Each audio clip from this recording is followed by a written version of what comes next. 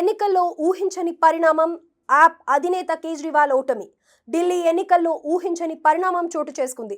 ఢిల్లీ మాజీ CM Arvind Kejriwal New Delhi assembly ఎన్నికల్లో ఓటమి చవి చూశారు.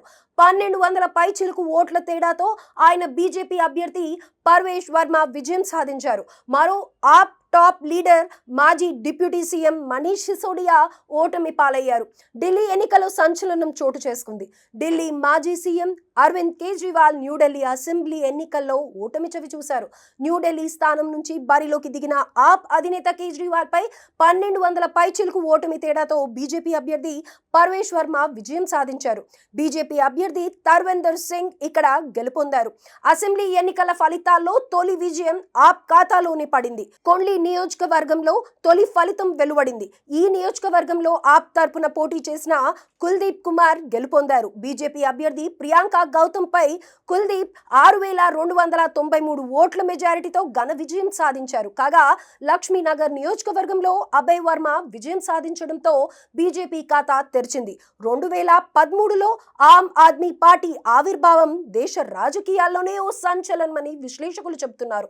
తొలి ఎన్నికల్లో పూర్తి మెజారిటీకి రాకపోయినా కాంగ్రెస్ పరోక్ష సహకారంతోనే ఢిల్లీ ముఖ్యమంత్రి సీట్లో కేజ్రీవాల్ కూర్చోగలిగారు అని, అవినీతికి వ్యతిరేకంగా ఏర్పాటైన పార్టీ కావడంతో ఢిల్లీ ఓటర్లు కేజ్రీవాల్ కు పట్టం కట్టారు.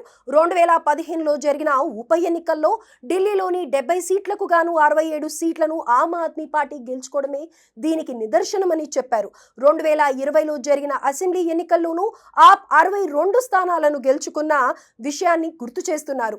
అయితే అవినీతికి వ్యతిరేకంగా ఏర్పడిన పార్టీ అవినీతి ఆరోపణలు ఎదుర్కోవడాన్ని ఢిల్లీ ఓటర్లు జీర్ణించుకోలేకపోయారు.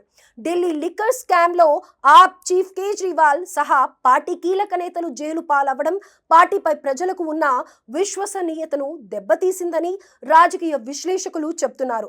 అదేవిధంగా తాను సామాన్యునని, ఆడంబరాలకు ఆర్భాటాలకు దూరంగా ఉంటానని పదే పదే వ్యాఖ్యానించే కేజ్రీవాల్ తన అధికారిక భవనం శీష్ మహల్ మరమ్మతుల కోసం భారీ మొత్తంలో ప్రభుత్వ నిధులను వినియోగించారనే ఆరోపణలు కూడా ఓటర్లను ప్రభావితం చేశాయని భావిస్తున్నారు.